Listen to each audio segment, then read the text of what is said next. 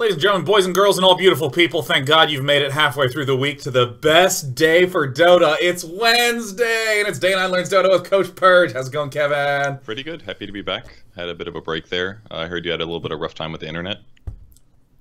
Yeah, actually, my internet was so bad I could not play a ranked game of Dota without disconnecting. So I played lots of unranked games with my friends and disconnected frequently. Okay. And basically played a shitload of Phantom Lancer, but it was 3 weeks of being unable to play a ranked game without getting losses / disconnected long enough to be AFK for 4 minutes at a time. I can slightly relate to that because while I was in India for my sister's wedding, I had similar circumstances playing on a laptop in a hotel on Wi-Fi. So I also had a lot of... I learned that I don't actually look that much at the creeps last hitting. I just know about how long it takes creeps to kill another creep. Because like sometimes they would attack and their animation wouldn't come, and I'd be like, "It's time," and I would hit it, and I'd get the last hit, and I'd be like, "Oh, I didn't know that." It's just built into you. It's kind of like if you put just litter nearby a cat, it knows to poop in it. Okay, didn't know. I learned something new today. Yeah, that's me teaching new things, but yeah, no, I like to make this a two-way dialogue, and really the idea of you just hitting it because there's an urge inside of you. It's just like what my cats do with litter box. Yeah, with shitting into a clean place. Pooping here feels right. Yeah.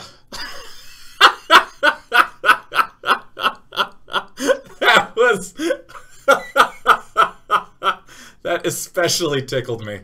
Good. Oh, that's great. Well, I mean, for any of you who are curious, we are going to go into the lesson plan in a little bit. It's going to be about playing from ahead, even, or behind, so feel free to scrub a little bit if you are curious about, so here's the lesson plan. Wah! But I gotta ask, how was India? How was the whole trip-a-roo? It was good. For those that haven't been keeping up to date with my schedule stuff, my sister got engaged to an Indian-American guy whose parents were immigrants coming to the country. Nice. So he's a second-generation American, I guess is how that works. And so to appease both families, because a lot of his family is still in India, they did 2 weddings, one in Wisconsin where I grew up, and one in India with the rest of his family. So I thought you boarded the wrong flight, because I knew about the Wisconsin one, and you're like, beautiful view from Bangalore. I'm like, did he just lie to me? Did I get ghosted by Purge? He's like, yeah, I'm going to a wedding, and then he just moved to Bangalore. Yeah, so it was this cool blend of both cultures. I mean, the Wisconsin wedding was pretty standard for what I'm used to, but it was more like watching his family experience our Catholic traditions and things like that. And then going over there, everything was just completely different from what I expected. So it was definitely very interesting. So we stayed pretty close towards downtown Bangalore, and the traffic was kind of crazy. It was kind of similar to the Philippines in that way, except the problem was that everything was more compact, at least than Manila was. I didn't see much of the Philippines, but there was small streets. There were just roaming cows. There was a lot of people, but it was definitely interesting. I'm glad I went, and as a whole, the food was really good, and the experience was pretty fantastic. Wish the Wi-Fi was better, but actually I have a story about that. So the first day we get there, and I have my own room because I just happened to be lucky, and my aunt and uncle have their own room. They've been married for a long time, a bunch of kids. Their room had 2 single beds. Mine had a queen, so I was like, I'll switch with you. First night I played Dota, no leg. Switch with them day 2, awful leg for the rest of the trip, and I regret it. Because we had a lot of time off because we were there for like a week and a half, and if I could have just not had to disconnect from games, abandon games. I only abandoned 1 game, but ended up winning. That hurts. That feels so bad. I was only disconnected for 5 minutes, just when we got 3 racks, so it was just the perfect amount of time. Oh god, that's... Yeah, there was a game I played where my internet just literally hard shut off. So I'm like on my phone, I'm like, please end fast, please. I'm like in the Discord, I don't want it abandoned. And they ended it 4 minutes and 47 seconds after I disconnected. We actually went back and looked in the replay, and I was like, whoo! Whoo! But internet's been working great. All it took was like 18 tech visits and them to completely rework the nodes. Yeah. So it was actually something complicated and... Unbelievably complicated. I don't actually mind as much that the internet was out, but I do mind the way that level 1 and level 2 tech supports can talk to you sometimes. It just makes me want to shoot myself in the face. Yeah, that's what happens when you pay people not enough money and they turn them away the new workers all the time, Classic. And I do want to note, before we go into the show, that I have become a bastion of productivity. I've been getting up at 7:30 and exercising at the gym. That's pretty Oh good. yeah, and I'm like just really focused on getting all my stuff done. I'm doing a huge volume of things in short periods of time. Feeling really good today. Get home 12:30. You wanted to talk, chatted, got off, needed to make lunch, got ready, made the lunch, and I had the chicken and the black beans and the spinach. And today I wanted to put little eggs on there because I'm in an eggy mood. So I'm like, fuck yeah, like bam, like put the pan down, boom, boom, boom, put the olive oil, smear it around, and then I open up the thing and I pick the egg up and I'm gonna crack it, and I literally just crush the egg in my holding hand. I didn't hit it too hard. I literally just too strong, crushed dude. an egg, man. I feel like the way this story should have gone is that I hit the egg too hard. I didn't even make it to that. I was way too hyped. I just destroy a fucking egg, and I was just like, oh, Dota! Had to wash the egg off, get another egg. Now I have a weird number of eggs left. I have 5 eggs left in the thing, and I'm not sure what to do with 5 eggs. Maybe eat 2, then 2, and then be sad. You should have just eaten the whole thing. Be like, can't waste this egg. Yeah, I should have just like, ah! And then chewed it for 4 minutes. Well, so finally coming all the way back to the Dota that we are here for today, I will say that in terms of my progress, in terms of MMR, it's just the same MMR as before. Okay. It hasn't really gone anywhere. In terms of like the conceptual learning, Blitz did an amazing lesson last week that it threw me off, just the idea of being way aggressive in mid and pushing the lane a lot. But the more I play mid in my games, even off stream, the more comfortable and aware I am, especially of how regen works. That was really cool. Okay, so I didn't actually catch the episode. Do you want to summarize, like, sure, what were the differences? Like, what did you learn? What was like the overarching theme of what he showed you? The overarching theme was that look at the way it feels to push someone under their tower in the mid lane right now. It's very hard for them to last hit. You have options to deny. And so this is the general mode of play that you want, is to be hitting creeps early and pushing in. And there's a lot of nuanced detail in that, but he kind of helped plug in the moves that I should be doing at various points in time. Like, you don't need to right click right now because there's 5 creeps. And if you right click them, you're going to have 5 creeps aggroing on you. So that's a little bit dangerous. So it's totally fine to not right click him and to be in a position where he can right click you, because if he does, there's 5 creeps that are going to wail on him. Little details like that kind of helped align all the moves that I'm aware of into a context that made sense. And it's not that what I was doing before didn't make sense. It's that I was way thinking on the defensive side. I need to keep the wave pulled in. I need to not push. I need to deny and to try to scoot it more towards my tower for that good old safe farm. Especially if you watched the games that I played when you've been out of town, I'm just focused on last hitting, not on harassing, not on pushing, just on getting my gold and playing it safe. And it was quite a mental shift to move over to the be aggressive and push in a lot, but... and playing Dota is always about balancing all of those things. If you just focus on last hitting, then you're losing a lot of potential advantage gain. So that's good that he went over that, because he's definitely moderately better at playing mid than I am, by like 2,000 MMR or something like that. So he has an edge. Yeah. But yeah, so that was really great. And you know, I'm particularly excited for this lesson because we've sort of talked about this a lot, and I keep putting this on the schedule because I keep thinking that it's coming up next. Yeah. And then there's just more content, so it keeps getting buffered back. So it took episode 17, technically 18, because Purge's was or Blizz's was 17. I just want to apologize ahead of time. This is the one day they decided to clean up the hedges and do the weed whacking for the first time in 3 weeks near the apartment. So bear with me on that one. Love it. Yeah, there's elements of this that could have came up earlier when we were first writing the episodes. Things like warding seem like, oh, that's one of those things that you just cover right away. But it didn't really fit into a full episode. It's more of like you do warding in places, adjusting based on what is happening, which is kind of why we kind of carried that all over to here. So there's a couple themes that we will touch on occasionally that you'll learn, but we're going to try to hopefully put them all together. So it may look a little chaotic in the structure, but we tried to format it in something that would be understandable and kind of flow decently. So tight. Yeah, let's hop right into it then. Let's get clip to 1 doesn't exist. Don't click on it. No, I have clip 1. It's right here. You shouldn't have clip 1. You should start at clip 2A. Oh wait, did you open up some clip of mine? I saw the name Cheesecake in there. You rat bastard. Okay, it is there. Okay.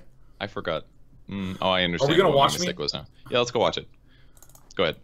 All right. So, the first section is understanding the game state. This is something that everybody needs to be able to do. Most players just play a shitload of games and they will almost always know where they feel.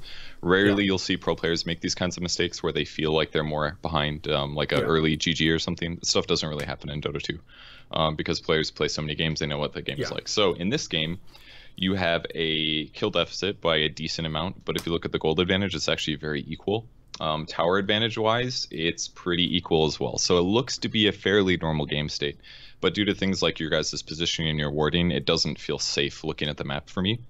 And also to give some context, because I remember this game very clearly. Okay. In this game, I was going for the Veil into Aether Lens, and only much later now am I getting a Bloodstone. Okay. This is different from the way that I had traditionally played Zeus, which was literally get a Bloodstone as quick as you can, farm your little butt off, and then you never are out of mana. This was me trying to be a little more proactive, which I think I did okay, or maybe got shit on. I don't quite remember the early game, but I remember very distinctly what was going through the Discord chat right here, because this is a 5-man stack for any of you who don't know.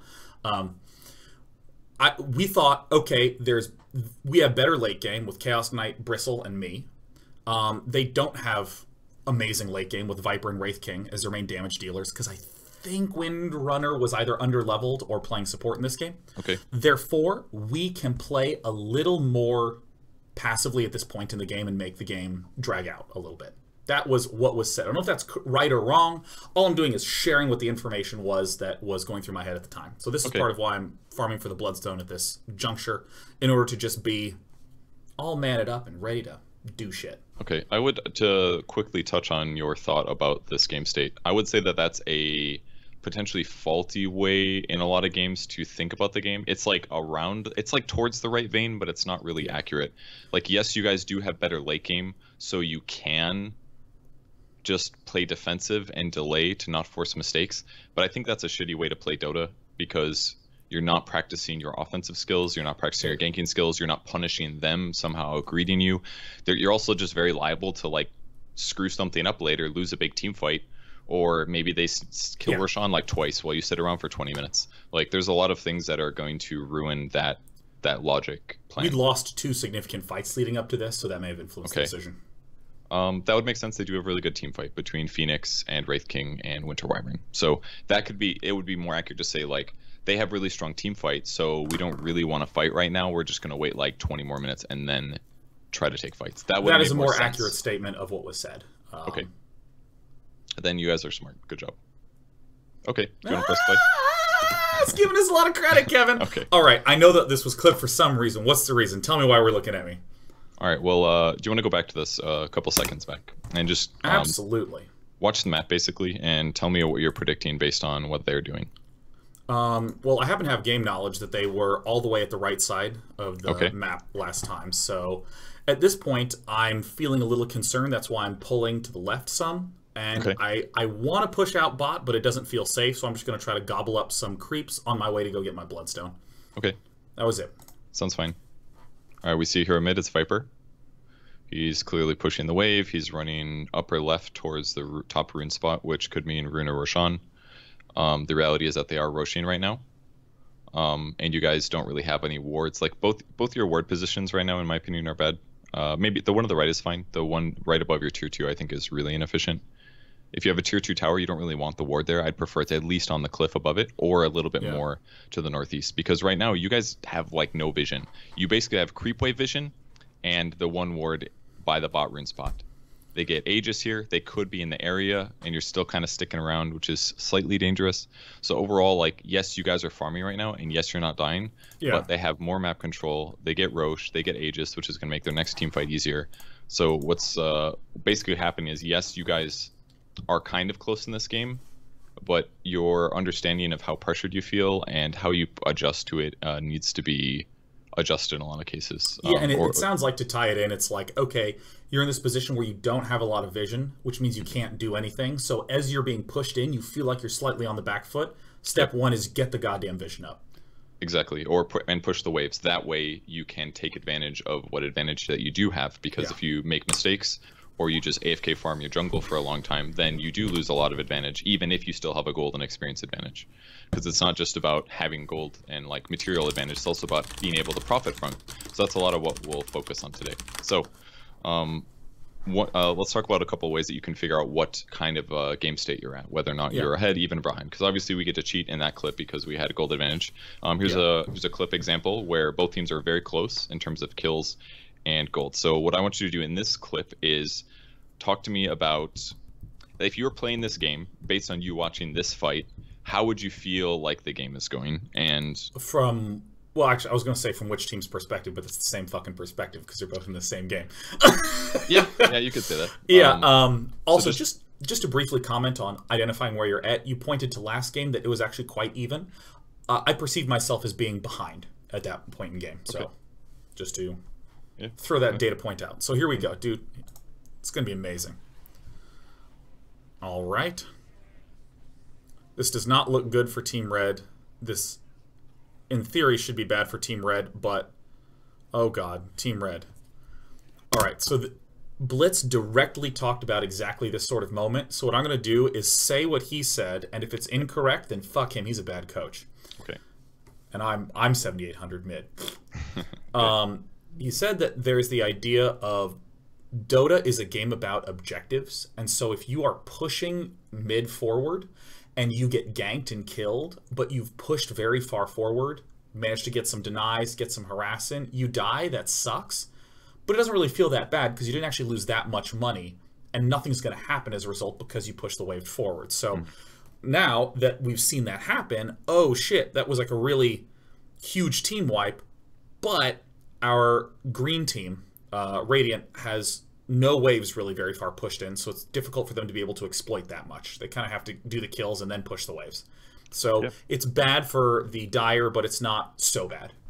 Yeah, they do get a gold advantage. They went from like just under 2K advantage to now 4K, so it's definitely good. If you resume the clip as well, we'll see the fight recap, and I believe it has it, and then we can take a look at truly what did they gain out of it. So it's a pretty big gold change.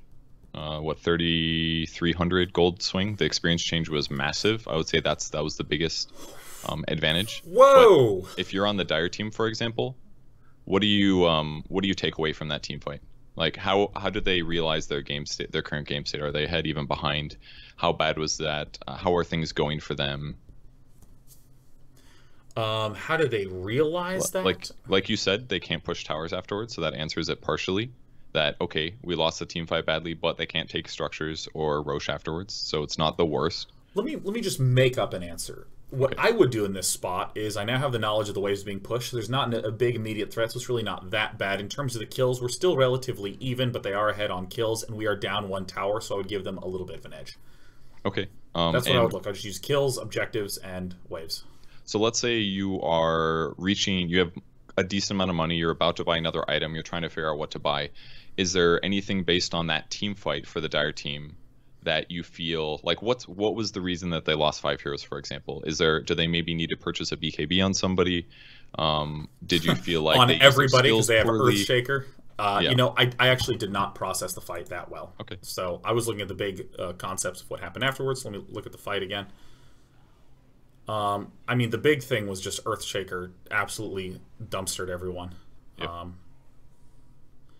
So I would say basically their play was definitely the bigger impact. If Earthshaker gets amazing value from his Echo combo on 3 heroes, then obviously you're going to lose a team fight, and it doesn't matter what the game state is, most likely. So technically getting BKBs is great against Earthshaker, but... Yeah, it could be. The item stuff was kind of a small point. What I just previously said was the bigger thing. So you basically need to be able to analyze what just happened, to think like, why did we lose that fight? Oh, we were too clumped. We were on the low ground, they were on the high ground. We didn't have vision in the area, so it made it harder to fight. Our starter died right at the start with no response. All of those things are what you should use to realize, like, why did that happen? And once I know that, we can use that to reference what's the game state. Because the worst player would just say, like, man, we got wrecked there. They're obviously ahead of us. They're more farmed. You know, like they'll say something like that, but you should be able to realize...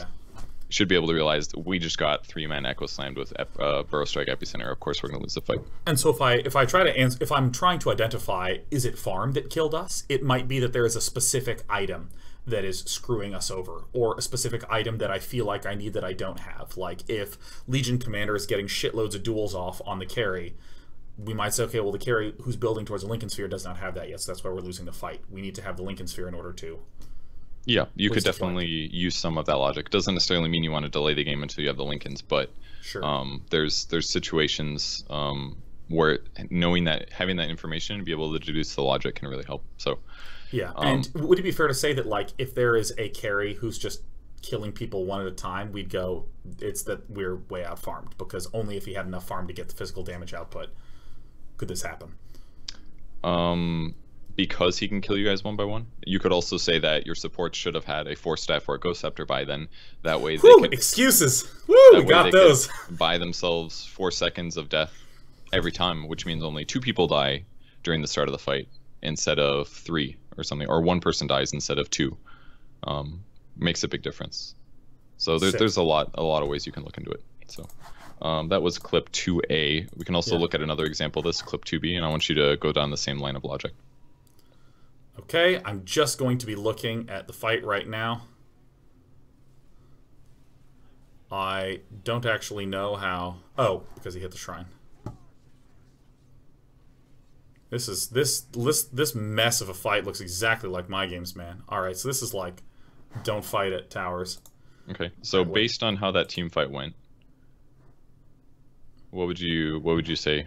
Obviously, the Radiant team won the fight. But if you go back to the start of the clip and take a look at the game state before the fight starts, does it reflect what the game looks like it should be in terms of net worth advantages, kills, map control, stuff like that? Okay, so if I go back to the start of the fight, I'm going to say there's only 1 tower down on Dire. There are more kills on Dire. There are more towers down on Radiant. It should be that Dire is ahead in this fight. Or it should be ahead in this particular game state. Mm-hmm. But they are behind in gold. So even though their kills are higher and maybe they might have a little bit more map control, it doesn't necessarily mean that they're so far ahead that they can do dumb stuff like this.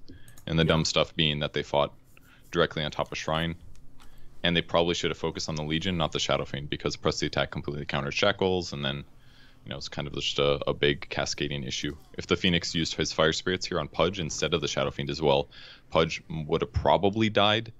Jug might not have gotten Reaper Scythe. Like, it's like mistakes and abilities and things like that will always upend gold advantages and things like that. So just another example. And then oh, this is the same clip. I see. I thought that it went to a different game. It was just a click away. And if you look at the numbers here, the experience change is huge, but again, that's because Pudge denied himself. So that's why they got like 3 times the experience. So that would be clip 2B. And now I closed my notes or put them in a weird place. Okay, cool. So you can do things like that. You can do reference timers, like what time do I normally get my Bloodstone, Shadow Blade, etc. I know you've known about that one. Yeah, that one's very useful to think like, why am I getting this later than usual? And then using that information to adjust your play. What kind of ways do you adjust your play, though? For example, if you are behind, do you play differently? In what ways do you play differently? Well, there's a few pieces to that. One is that if I feel like I'm ahead, there's a lot of other incidental things that are happening, like the waves are being more pushed forward. Mm-hmm. But assuming that everything's equal, if waves are pushed, I'm sometimes a little more eager to stay in the jungle nearby and see if I can get a gank. If I'm behind, I try to just push and then pull back. I do a lot more jungle farming type things, especially I've been playing carry and mid mostly lately. Okay. So those are specific things I do there. That sounds good. Yeah, but everybody's play should adjust based on those reference timers and what heroes you're against and all those factors, how many kills somebody has, etc. So you can also do the same with your opponents. How fast do they get their items? How does that change your expectations? Like if you know the anti-mage gets a really late Battle Fury, you know that it's going to be longer for him to get his Manta than normal, which means that you might finish your Orchid in time to just solo kill him every single time that you gank him on the map, which could open up a huge opportunity and just make every game easy. So matching what your opponents do to how you feel is also important. And then obviously realizing matchups as well if you want to play clip number 3. And thinking about how these update is really important. Sniper, really good at kiting a Wraith King and keeping him far away, so it makes getting the kill pretty easy. I haven't actually watched this clip yet, so this is a mystery for me too. Oh my god, this poor Wraith King. So like in this example, Sniper's a really good hero against a Wraith King because you can stay far away. But if you're playing against a PA, PA skill happens to hard counter it, so it doesn't matter that they have the same items. PA just naturally will beat Sniper here. Yeah. So matching, obviously that's a super extreme late game example, but at all stages of the game there'll be skirmishes like that, comparing the net worth, how the heroes match up, and then realizing what's safe or not. These are all your bases of understanding game state and trying to figure out what's safe, what's going to be realistic. And those are mostly just summaries that we've covered, I guess, in the past. Right. But it's important to bring them all together. Okay, cool. So let's say, for example, you are behind. How do you catch up? Let's hop into some math. I know you like math. It's been in a while. Yeah, since the name of this clip is "You better get this in 10 seconds, Sean.mp4." All right, so I'll start the timer. Go ahead. Did you get it? Done. Okay. Oh, Jesus. So let me explain this to you. Okay, this is the current gold gain when an enemy hero gets killed. It's for assist, and assist means that you are within experience range of a dying hero. And depending on how many heroes of the enemy team are there, this is the equation that calculates how much you get paid out. It's used to be simpler. This equation has gone through some crazy times after the TI4 finals that were boring. They put in comeback gold, then shit got a little out of hand, and now it's in a better place. But we're going to try to understand what the payouts are like. And this is the first time I even looked at these equations, was doing research for this. So this is fun new information for anybody that isn't a crazy math nerd. So I think the important thing to focus on is the raw numbers and not the variables. Variables being things like dying heroes net worth, for example, because those are consistent. So what we want to see is what are the comparisons like. And one important thing to remember is, though two heroes get less gold individually, when you add up how much total gold is created, in some of the categories it might be similar, it might go up or might go down. So if you want to press play, we got some more info that'll pop up in a sec. All right. I think that before I digest any information, what I want is more information. Okay, great.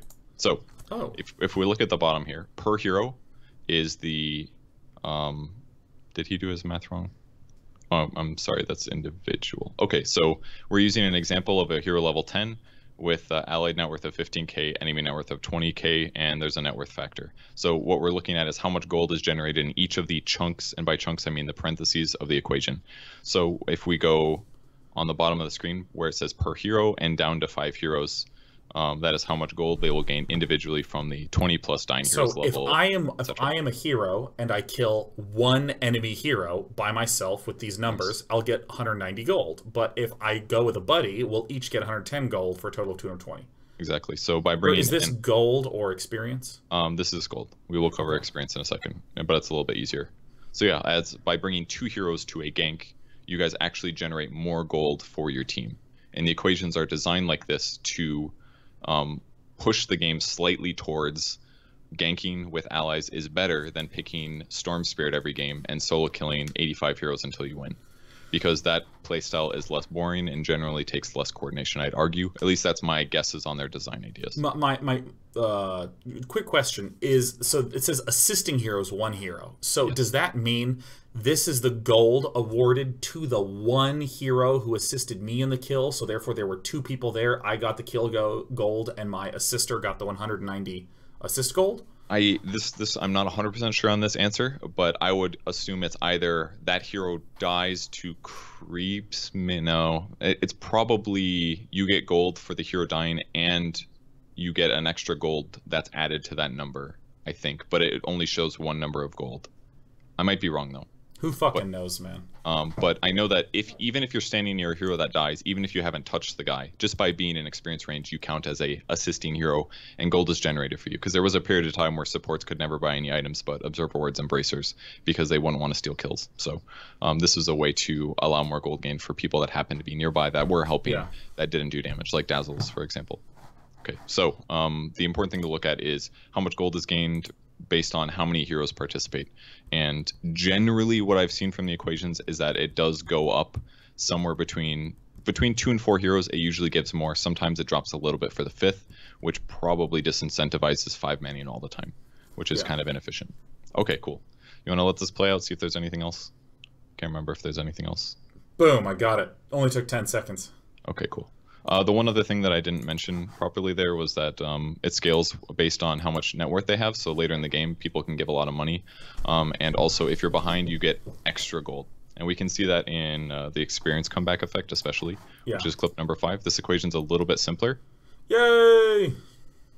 The right side, the important thing to remember is that in that is the XP difference, which is it's like a variable that calculates based on if you're losing. If you are losing, then that number is non-zero. If you're winning, that whole right side of the equation is gone.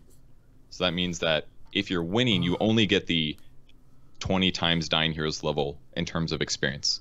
So if you resume the clip, we can see what kinds of advantages this gives you. Here's where their experience is equal.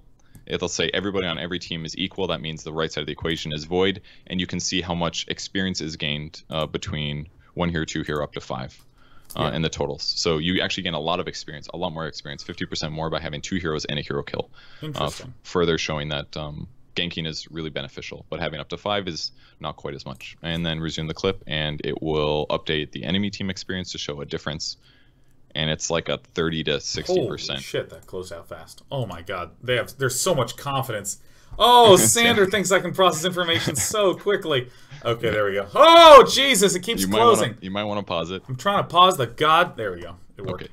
So this is a pretty huge experience difference, but if you get a kill, you get 30 to 60% more experience than you would have otherwise, which is a massive difference, especially if you get something like a 5-man wipe. So very often what this ensures is that heroes will be, if it's a close game, everybody's going to be about the same level. Because if you're ever behind, even by a small amount, it can give you like 10 to 20% more experience based on the way that the equation works. And again, bring friends, because you get way more experience by having more heroes involved in the kill. Okay, cool. Got that? Tight, dope, boss ball. We'll never talk about that again, but I just wanted to update the world on how those equations work, because I'm probably like the 4th person that's ever bothered to look at them in detail. Okay, cool. So let's go back to talking about the regular Dota stuff. How do you adjust? Clip number 6 is probably the best way to cover this. So we're adjusting play. These are some of the things you've done jungling if you're behind, because then you can't be ganked right, but you need to have lifesteal, regen, or damage block to solve those problems. And it's also good to do so because you spend less time in lane than usual, which adds unpredictability. They don't really know where you are. You might only be in lane for 20 seconds. They might not get there in time to gank you. Yeah. When you're behind, you also want to use more. No, that's fine. Use more resources in ganks and team fights. Yeah. Do you know what that means, basically? Could you summarize that? Use more resources in ganks and team fights. I guess it's that if I think of like my item cooldowns and charges and mana and all that stuff as my resources, I want to conserve those for big team fights and try to create situations where I'm ganking and team fighting. Compared to something like if I am not quite a high level Sven, so I can clear through camps quickly, but I don't have the best regen. That is dangerous to be spending all of my life and all of my cooldowns and all of my mana in the jungle. Okay. If I'm behind, I guess. Yeah, that sounds fine. I would have also thought of it more as hero skills. Like, is it worth it to blow ultimates to get kills? Which is probably the more basic example. Is it worth it for you to use Laguna Blade on a support? It all comes down to how likely you are to get the kill in the first place. So the Phoenix here uses Supernova. They use lights. They use Laguna Blade as well. And they weren't that far behind, but there's some games where it's worth Laguna Blading somebody even if they only have 200 HP, because you're losing by so much that there's a good chance you might have a Yule Scepter or a Force Staff, or somebody's going to just show up and mech him. And it's more important that you get kills, because you know that if you get that kill, you're going to get a shitload of golden experience because you're losing, as we saw in the equation. So oftentimes it is worth it to blow big ultimates, even like Ravages, Black Holes, stuff like that, if you can kill a high net worth farm prioritized hero on the enemy team, because you get more value for that. Only take good fights and ganks is really important if you're behind. Use resources like smokes to up your gank success rate. This is super important, just because most of the time people won't be reacting if they don't see you coming with wards. And if you're ahead, you want to pressure harder when you're winning to choke off the maps. This is just like a mix of general tips based on adjusting play. It's kind of hard to cover everything, because that's basically... Let me just explain all of Dota in one episode. But these are probably the bigger points that I thought of.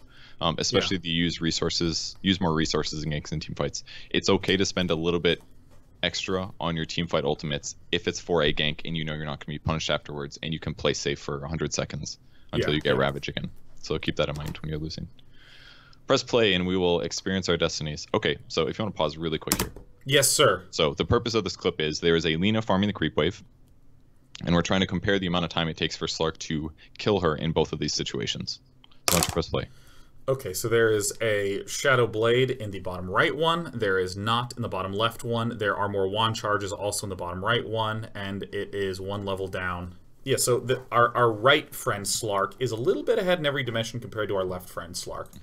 But neither of them are friends. They're that sort of person that you say you're friends with, but every time they message you on Facebook, you're like, ugh, gross, and you just close it and never respond for the rest of your life. I would be fake to Slark too. I wouldn't want to be his real friend. Yeah, dude, I would poof into the distance. So Sorry, just press. You can just let it play. Just compare the number. The I difference just want to be right. So they still both have to use pretty equivalent resources, but the important thing is that the timing was just completely different. So what this basically shows is how far you push waves basically as a hero, because pushing waves is such a basic facet of the game, and it all comes down to how safe you feel doing it. So it's kind of a basic clip, but the important thing is that I just got an item drop in Dota 2, pretty cool. The important thing is that you know how safe you are pushing. If your opponent is more mobile, if they're more farmed, if you're losing the game, for example, they're more likely to have a Shadow Blade, which means that them reacting to you being on the map will come more swiftly, and as a result, it's not as safe for you to push 3 creep waves instead of just 2 or even 1. And you need to adjust how safe you feel doing that, because if you don't, what's going to happen is you're going to hear me tell you to push waves, and you're going to go play a pub game, and you're going to death push waves until you die in their tier 2s by yourself over and over again until you've died 15 times. And you're like, pushing waves is bad. But what you have to do is you have to realize what the threats are like, how much time you'll have when showing, where your opponents are, so how long it'll take for them to get to you, and how easy it is for them to actually kill you when they do find you. And so to, synthesize that, this specifically would be, I'm Lena. That Slark has a Shadow Blade. Got to be way more careful when pushing waves, because as this clip demonstrates, just a little bit of extra farm on the part of the Slark means I die way, way, way quicker. Yeah, just because he doesn't have to walk around the trees. A Slark can walk right in, hit her right on the face, which does bonus damage. It just makes everything a lot easier, basically, yeah. You'd never buy Echo's Saber before you get Shadow Blade on Slark, but yeah, whatever. Point still stands. Yeah. So, yeah. Really changes it. This was okay. The timer is not obviously the same, so that is a very important thing, because again, split pushing and pushing lanes is like an absolutely huge facet of this episode. So that is adjusting play. We also have a clip number. Nope. Clip 8 was included. That was a Slark. Yeah. You want to do clip 9 for branding? Sure. I love clip 9. It says expected rotations, and I'm feeling expectant. I'll get it in 10 seconds. This is way ahead of time, but. Oh, it is? Oh, okay. Well, let me just come back. No, look, you follow your notes. You're in charge here. You're the captain. Okay, cool. Next section is split push and catch. So it's kind of talking about what we just covered with the Lena Slark clip. By split pushing, we're pressuring the map. It's ensuring farm. I tell you what does split push accomplish? Ooh, Go. I know what split push. Sean. Yes. Oh. Okay, here we go. So first of all, I define split pushing as when there's action happening on one side of the map, you are trying to push the lane in the other side of the map, trying to avoid humans, trying to avoid heroes, just trying to jam in there. What is the purpose of pushing those waves? Oh yeah. So first of all, I just want to make sure that I had the correct definition. Yeah, so first one, we get to kill objectives. If we go unanswered, we are getting closer to ending the game. And there's the natural advantages that come with those, like map control and gold and etc. Yep. Second thing is that it is getting more vision up the lane, so we can later on in the game have more of a sense of where people are, which leads to the third one, which is that it forces a response. So you now have an opportunity to know where people are, which opens up opportunities for you to gank and pick people off, because they got to spread out. That was real good. That's power hot right there, man. I was on the elliptical for 45 minutes this morning, and the knowledge was just churning from the back, deep, dark recesses of lag in my brain up to right here in the front, and then I smashed an egg in my hands, and there's a fucking answer and spilled right out of it. It was amazing. That was pretty good, man. Yes. Yeah, so split pushing, like you said, the part that I want to reemphasize is it allows you to trade advantages and force a bad response from your opponent when they're slightly ahead. It's like they're about to punch you, but they're like, oh, I should really block this kick to my nuts, otherwise I'm going to lose the fight or be farther behind. Guess I have to think about it. So what it comes down to is, how do you counter split push? Oh, fuck, I'm about to look real bad. You have to what? It's about to look real bad. Okay, counter split pushing. Okay, so this is winged. Having TPs / boots of travel to be able to return back there, and just having people with a lot of wave clear, and in short, just trying to make sure that your waves are constantly pushed out all the time. And in fact, before I would ever want to go to do some big action, I'd want to go, hey guys, are the waves pushed out? Because if like one of our waves is pushed in like around our tier 2, one person showing up to split push right there is instant dead tier 2, possibly dead tier 3. So I guess it's just we keep our waves pushed out. Okay, that's the simple way to say it. But what happens when two players have the same understanding of that as you? Then it basically becomes you can never react fast enough to people doing split push. So like I said in the Slark Lina clip, if you show up and you only push one wave, nobody's gonna see that coming unless you predict it, which means that it'll become this weird game where somebody shows up, pushes 2 waves, walks away and hides. Other person shows up, pushes 2 waves and hides, and you're just trading. At some point what has to happen is somebody has to die. So what you need to do is catch the people that are split pushing. Like if somebody split pushes a wave, I want to be so there obvious now. And I want to kill them before they get out. That way I know, oh, I got a kill, I got gold advantage, I can push the wave, they only have 4 heroes now. That's what you have to do. Now you can play clip 9. Gosh, I mean, it's so fucking simple. Like, yeah, how do you stop it? You just kill him. This is like how StarCraft 2 works. It's like, what if he's going 3-port Valkyrie against Zerg? Oh, you should go fucking kill him. You shouldn't do that. Just kill him. Yeah. Punish him. Or just only build Zerglings. Oh, that's a good strat, man. The Valkyries can't attack. So Clockwork, for example, is very good at ganking a Tinker because you can usually predict where Tinker is going to go. Yeah. And that's because you're like, hey, there's a creep wave here. Tinker will be here. So what you do is you prepare for where he's going to be. This one's even a late reaction. But if you really want to be next level against Tinker, is what you do is you look at the map and you think about how things are going to develop, and you wait until the creep wave. Do you want to just pause for a second? This kind of works too. But you basically look at the creep wave, you wait until you know about where Tinker's going to go, which is like, let's say there's no tier 2s on the map, the creep wave's like in the middle of nowhere, you're like, Tinker's going to TP up there, he's going to cast March twice, and he's going to TP out. So I'm going to be there, that way when the TP starts, I am ready to initiate. So in the previous clip, the Clockwork was like kind of in the area, but not exactly ready. But there are times where if you just predict where somebody is going to be, whether it's leaving their base after they respawn to walk to a lane to push it out, or where you expect them to TP to a lane to go farm it, if you are ready to gank as soon as they TP in, you are going to crush people for like 1,000 MMR, because almost nobody does that up until like 5k. Even players above 5k don't do that well. That's like a very high level thing. So a lot of anti-split push is totally anticipating where your opponents are going to be. Like the only reason he even got this Tinker kill is because Tinker blinked to the bottom left. If Tinker went north instead, he would have been out of hookshot range, and this wouldn't have worked. Yeah. And the Slark here goes the bot lane. He kind of predicted that, but it was probably within vision. And then Tinker TP'd to a really stupid place. So this isn't technically good, but you know, the same kind of principle. He knew where Tinker probably was going to be, and he reacted to it. And as a result, he catches the split pusher. They die. He gets ahead. All of that stuff has a big advantage. And the split pushing thing, it's all about what items you have, what heroes you have, what skills you have. A really farmed Storm Spirit is like the best anti-split push hero, because he has this huge mobility, he has huge solo kill potential, he buys Orchid. The same thing happens late game with Blinks and Force Staff. So once you get a Blink and a Force Staff and a Shadow Blade, it's so easy to split push, because you know if shit hits the fan, you can force Blink and then Shadow Blade and go hide in a tree somewhere and TP home. Yeah, tree hiding. Fuck yes, I'm talking about. So the more advantage you have, the easier it is for you to split push. The more disadvantage it is for you, the harder it is for you to catch split pushers, because it's going to take like a smoke, 2 heroes, because it takes less resources. And all of those things, if done well, snowball heavily. Because at that point, both teams should be playing perfect generally, and the team that has more mobility items usually will have the ability to escape and continue to split push advantage. Abuse that split push advantage. Okay, all make sense? Yes, copy. Okay, so let's cover some tells and other things that you can look at doing when you are trying to anticipate what your enemy is doing. So that was more or less clip 9, but it was kind of the same things. Where are they going to be? Show up and be there. What about some other common ones? Are there any tells that you use to think about where your heroes are, or where your opponents are going to be, or what you think they're doing? Do you have any common ones off the top of your head? Let's say standing in the Roche pit. Do you think they're Roshing?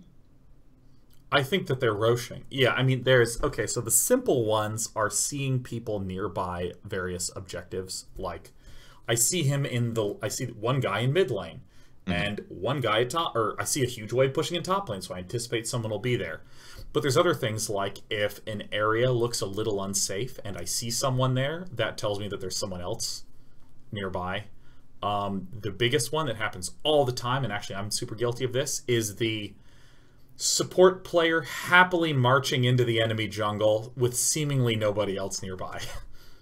That tells me that there's someone in this area that I can't see. But, I mean, other than that, those are the basic tells. Yeah, that's like the typical, their team wanted to smoke, but the support made a mistake and walked away right when somebody pressed smoke, and he's like, fuck it, I'll just walk right next to my 4 teammates. And maybe it'll work anyways. And it does, because you're like, oh, a free kill, and you run into 5 heroes. Yeah, that happens all the time to me. That's me. So yeah, lack of heroes on the map is a big one. If you're playing at a higher level, think like, hey, I haven't seen the supports in 45 seconds. Maybe they're smoke ganking me, for example. Dewarding common areas. Like if I'm playing against a hero and they deward my Roche ward, it means, okay, they're thinking about doing Roche in the next minute or two. So a lot of where they place wards, where they deward is really big. If you see a lot of heroes grouped in kind of a weird place where you're like, why are there 4 heroes standing by the shrine? They're probably waiting for a smoke to fly out, or a hero with a smoke to move over, or smoke in a backpack to be ready. Warding, dewarding thing is consistently off my radar. I consistently I'm like, oh, there appears to be no vision now. I have no idea if it died or got dewarded or any of that. And it's really important that you have vision advantage, is my opinion too. Kevin Bot. Oh my God, Kevin Bot. I've got a yellow bars. This is an internet problem. Oh my God, Kevin, you're getting Comcasted. Oh no, I'm getting Spectrumed actually. Oh, potato. No worries though. If Spectrum is no good, I can always switch to having no internet instead. Ah, go Amish style. You can just build a barn and live there with your dog. Yeah. Or I could move. I mean, that's also an easy option, right? It's okay. I like the way you sound. You sound like when there is a call-in on some political pundit show, where you have that sort of muffled, phony kind of voice. Okay, like an AM radio call-in. It's like extra bad. Yeah. Where like the drainage pipe leaked and there's nothing else interesting going on in the town, and Kevin Godek was affected by the drainage leak, and we're having him call in right now. Like that's what you sound like. While I'm driving in traffic. And I have kind of bad reception. Yeah. Okay. I'm at yellow bars. Can we handle this for now? Maybe I'll just keep going, I guess. You're getting better. You're getting greener all the time. You're much like an avocado. So I'm not ripe yet, is what you're trying to say. That's right. If I squeeze you, you'd be hard. Completely unnecessary. I didn't need to. I didn't need to do that. No, I knew what was happening, but it was just coming out of my mouth like the Dota knowledge. It was just so much of it; it was uncontrollable. Did you do that one on purpose too? Of course, always. I always do everything on purpose. That egg had it coming. Tell me, Kevin. Tell me what's going to happen next. All right. So once you see the tells, what you want to do is react to them or exploit them if possible. I think this is not super common that teams will be like, hey, I see them doing something. At least in pubs, it's almost non-existent. But I think in pro games, it does happen a lot. Like, oh, they're going to roach, therefore we should smoke ourselves, go show up. Or you see them smoke and you think, oh, we'll smoke, we'll stand on a high ground, and we'll just completely jump on them when they are walking up the cliffs. Look for opportunities like that. I don't have a lot of hope of it happening in pubs. But I think the easiest one to do is the supports haven't zoned the offlaner in 30 seconds. That means they're probably going to gank mid, so you could hide in a tree by mid and maybe try to turn that gank. That would be good. I'm not lagging anymore. Cool. Sick. Dope. Boss. Okay. And I assume that we will see this in this clip labeled ganked. Yes. I think. All right. I actually haven't seen this one yet. Let's see what happens. I have no idea what's going to happen. That guy just died. All right, I understand now. Play it again. Yeah.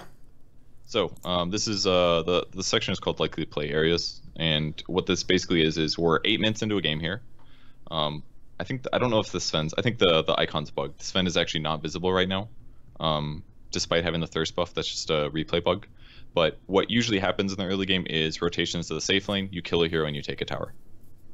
Yeah. So Sven should realize, hey, my opponents are probably going to come pressure the safe lane, especially because I'm losing by quite a bit, and they have a Spear Breaker. I'm going to get dived, basically. Therefore, it would be wise for him just to ditch the safe lane at some point, or for them to have wards protecting against it. They do have a lane ward by the tower, which is pretty good. But if that's the case and they see heroes coming, Sven should probably just leave, especially because he has no resources. And by that I mean HP and mana. Yeah. Also, I watched a ton of replays of Paparazzi playing Sven, and he consistently, between 7 and 8 minutes, abandons this lane and just goes and jungles. Yep. Because that's when he, it's typically when there's no more support and the supports are going around roaming, and he's just. I assumed it was because he didn't feel safe.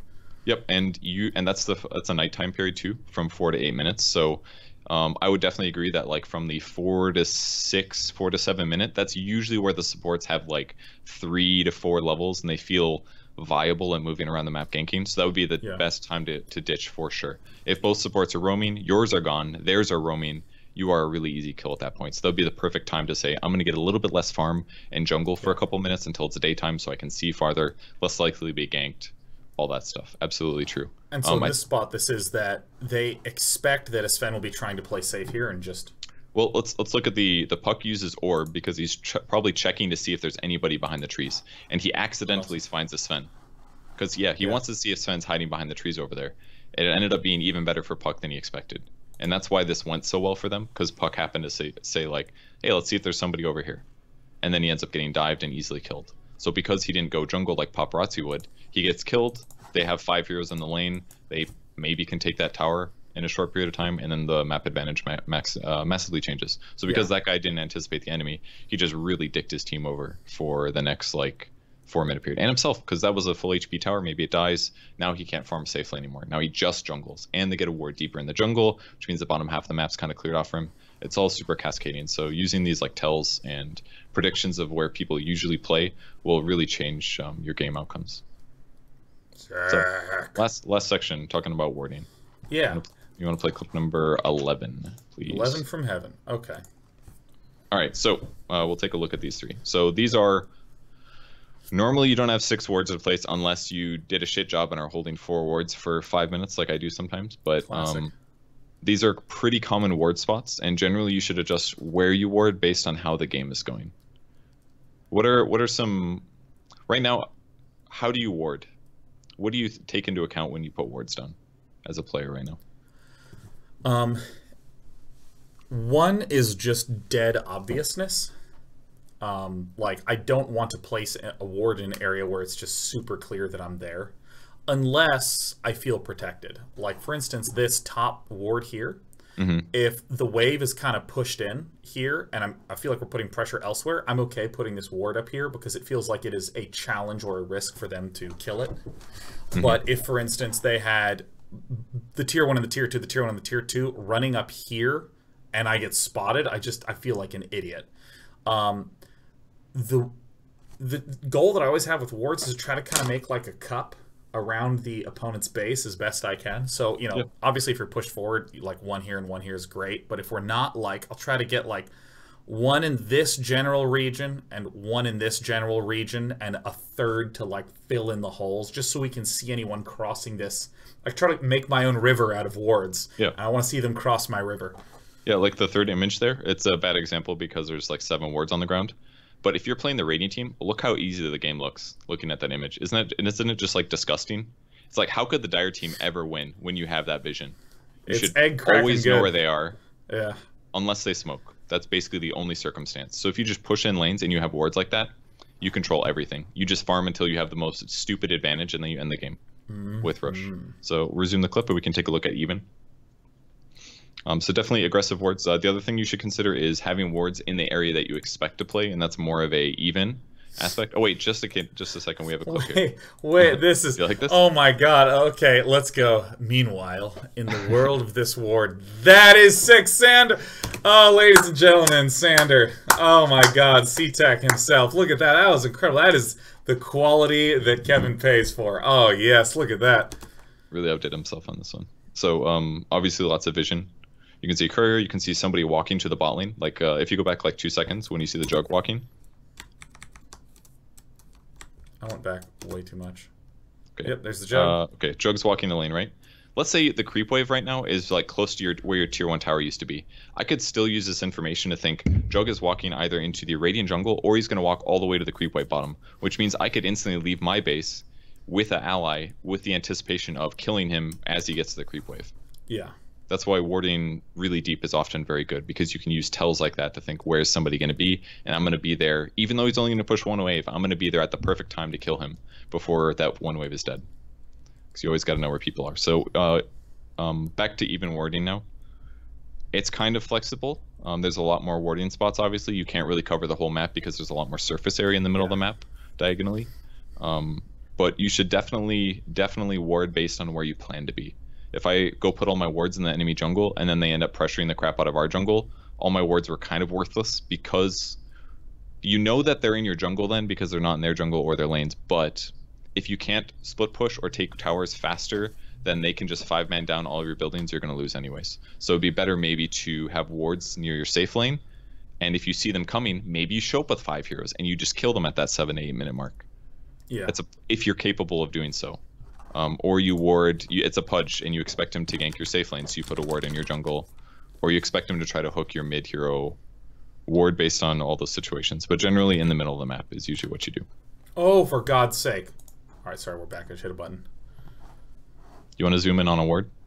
You know what? You ready for the trip? You know what? I don't even know. I'm not in control. I'm just going to hit play, and Sander's going to guide me. The spirit is inside of him. Yeah. And meanwhile, down at the Another cliff ward. shrine. This, God, I'm actually okay. I see it. I thought the map was rotated for a second. So yeah, Dire Cliff by tier 1. Yeah. You can see somebody jungling. You can see them teleporting at shrine and seeing where they're moving afterwards. You can see them teleporting to the tower and moving somewhere. Ah! Oh, you want to know? Were you not ready? No, I'm never ready. I'm never ready. This is crazy. You can see somebody ancienting. You can see people walking to runes, This is jungling. one of my favorite places to throw down a ward, because it's easy enough to do it from the Dire side, because you can just walk through ancients, stay on high ground, plop it down, and Yeah, feel it's pretty useful. Pretty safe. We got to see Clockwork initiating. We saw the Crystal Maiden place a ward too, if you were really paying attention. Yeah. Which helps you do D-ward. I believe that means the clip is done. It is. It is. But I want to look at the behind clips. Okay, come on. Okay, it's going to zoom out in a second. Oh, you mean the warding state? Yeah. Okay. So because I mean these behind wards that are here, so rarely do I feel like when I'm behind that's what my vision looks like. Most of the time I feel like I have super garbage vision. And a lot of that comes down to feeling comfortable placing wards, and that's a huge issue at low MMRs. Supports will say like, I need somebody to come with me to ward, or they'll say like, I don't feel comfortable warding because they're going to kill me. That's because you lost so much map control that what they're probably doing is they have wards outside your base. They see you leaving the base and they go kill you before you get wards down. Or they see you place the ward because they already have wards there. So that vision advantage continues to be in their favor. If once it gets behind, it's kind of hard to regain. It takes time. But if you just always keep wards up and they don't de-ward that often, it's easier to keep an equilibrium and therefore die less as a result. And that was something that I kind of realized this week. I played a couple solo queue games and I got pretty crushed in both. And I realized I think I'm just getting really out-visioned in most of my games. And I almost never buy gem because I'm scared to lose it. So what I need to do is make sure that when I go to gank, I bring a ward with. That way I don't have to go walk later to place it. So those players that complain about allies coming with, if they would just ward while they gank, they don't have to later go put a ward down. And time is saved, and you don't have these downtimes. And then if I have ward vision, and I know that I have the cliff ward, but they don't, then it's easier for me to make tactical decisions. Because I'm sure there's some team fights I lost just because they saw us all coming, or they had a ward spotting the area. Did that answer that question? I don't remember what it was originally about. I just started flaming bad players again, though. No, you were talking about the ways to me. play bad players, way to play... Oh, I can't talk! It's fine, it's alright. Round 2 is going to work. You were talking about techniques in order to place wards that feel like they're very deep, even when you're playing from behind, and it comes to you gank and carry ward with you in order to get them into those good positions. And it is important when you're playing from behind to also not ward in too defensive places. Like if I have my Radiant tier 2 alive, I don't really want to cliff ward to the left, because by the time they're within that vision, they're probably initiating on me anyways. It'd be better to put it a little bit outside of that. Usually want it either slightly outside of where you are going to be area if you're passively farming, but if you're team fighting, you want vision of the area where you're going to fight. But usually deeper is a little better, but don't put it so deep that it's like, oh, I see him walking to the top lane. That's all. Don't know where else he'll be. If you're not going to gank in that area or use that information to gank aggressively, it's usually better to put it slightly outside of your structures as a team that's losing. And almost always keep ward vision around Roche when you're losing, because you're so far away from Roche that you need to know as soon as possible. That way you can 5-man smoke, have a smoke ready in your inventory always if possible, and then instantly get there and contest. Do that. Yeah. Okay, it's so 50 gold. It's doable. I am now going to go play 3 games of Dota. And I'm wondering, what role do you think I should be playing? I would say more play style. I would prefer. I think support would be pretty good because there's a lot about like map movement for sure and setting tempo of a game. So I want you to play something either gank heavy, like a Nyx Assassin, which would work for offlane, or something support that is able to gank. Bane! Bane would work. The Banes in Spain stay mainly in the safe lane. Yes, but once you get 6, I want you to gank. Oh, dude, we're gonna go ganking earlier than that. Nightmare touches on people, or dude, I love his stupid little attack animation. It's like a little dainty Tyrannosaurus Rex xenomorph. It's tight, dude. Yeah. I have one more question. Did you get the Viper Immortal yet?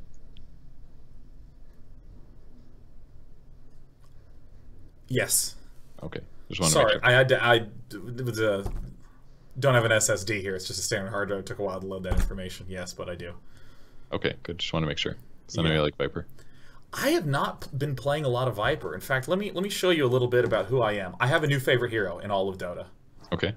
#1 favorite hero ever is Phantom Lancer by a considerable margin. Like, holy fuck, he's so tight, dude. He's so amazing. He's awesome, dude. He summons so many phantoms. It's so sick.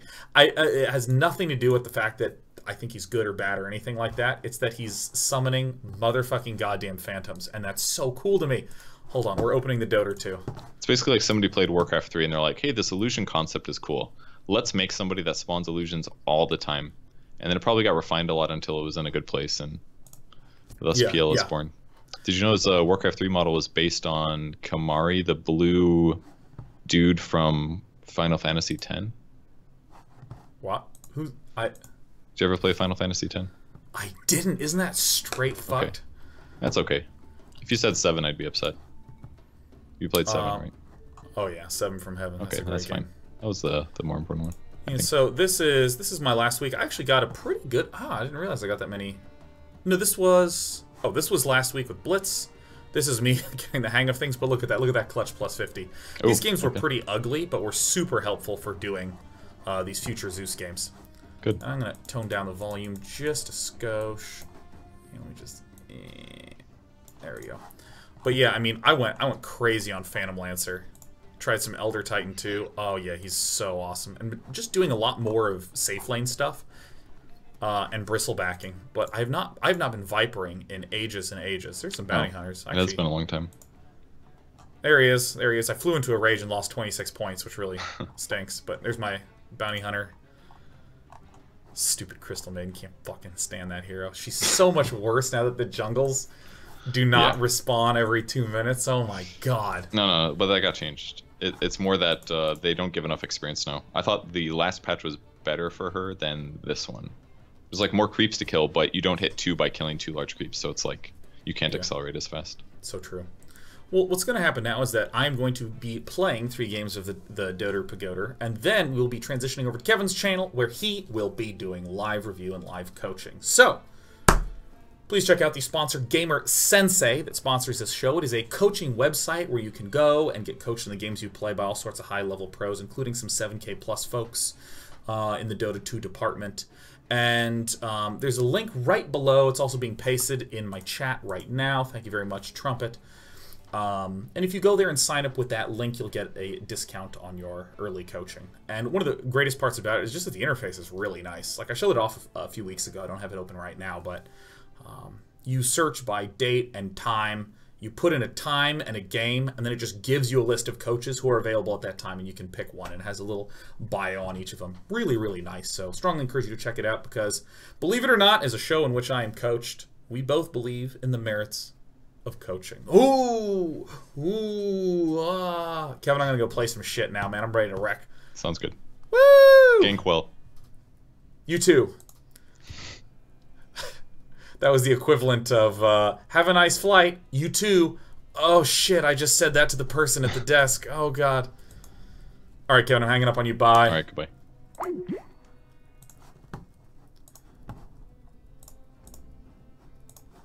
Alright, ladies and gents, I need 2 minutes, and then I'm going to be playing those games. I just need to use the restroom and get myself some covfefe. It's gonna be sick.